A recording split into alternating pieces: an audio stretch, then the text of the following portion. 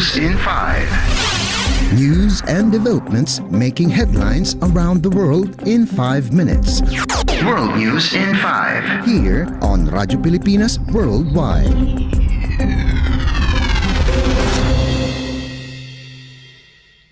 Good day! This is World News in 5 here on Radyo Pilipinas World Service. Ukrainian President Volodymyr Zelensky reiterated on Tuesday that United States President Joe Biden should attend a peace summit next month in Switzerland to send a message to Russian President Vladimir Putin and other world leaders. Speaking at a joint news conference with Belgian Prime Minister Alexander De Croo in Brussels, Zelensky said the peace summit scheduled for June 15 and 16 at the Bergenstock Resort near Lake Lucerne will be organized by the whole world, and other leaders will be looking to the US's response. Zelensky said 90 countries have now committed to the summit and that Putin fears it because he never believed so many nations would support it.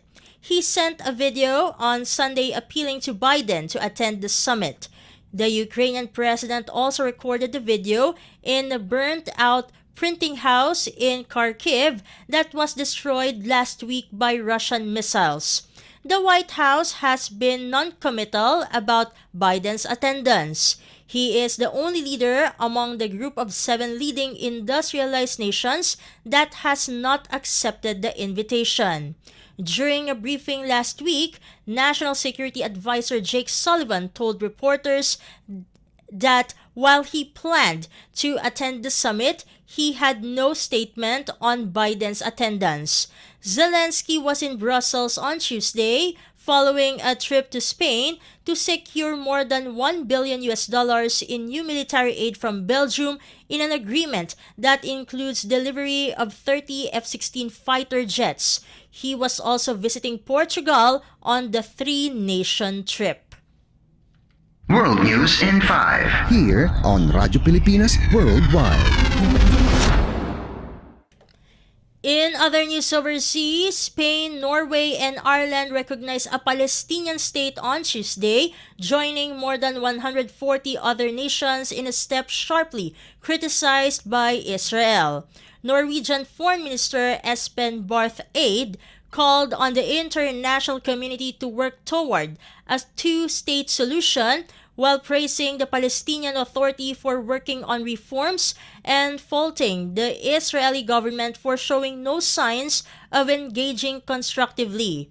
Spain's Prime Minister Pedro Sanchez said on Tuesday that recognizing a Palestinian state is aimed at contributing to achieving peace between the Israelis and the Palestinians.